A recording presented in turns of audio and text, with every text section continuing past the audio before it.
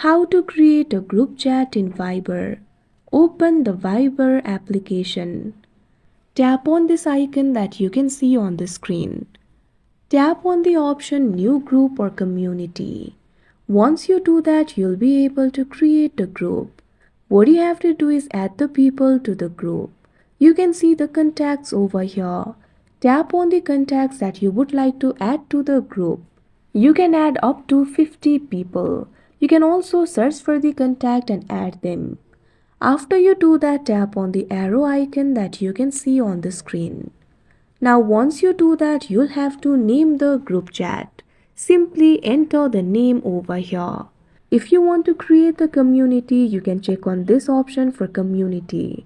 Otherwise, tap on the right icon that you can see at the top of your screen. Wait for a while. Now you can see over here the group has been created. Like this, you can create a group in Viber. That's it for this video. Thank you for watching.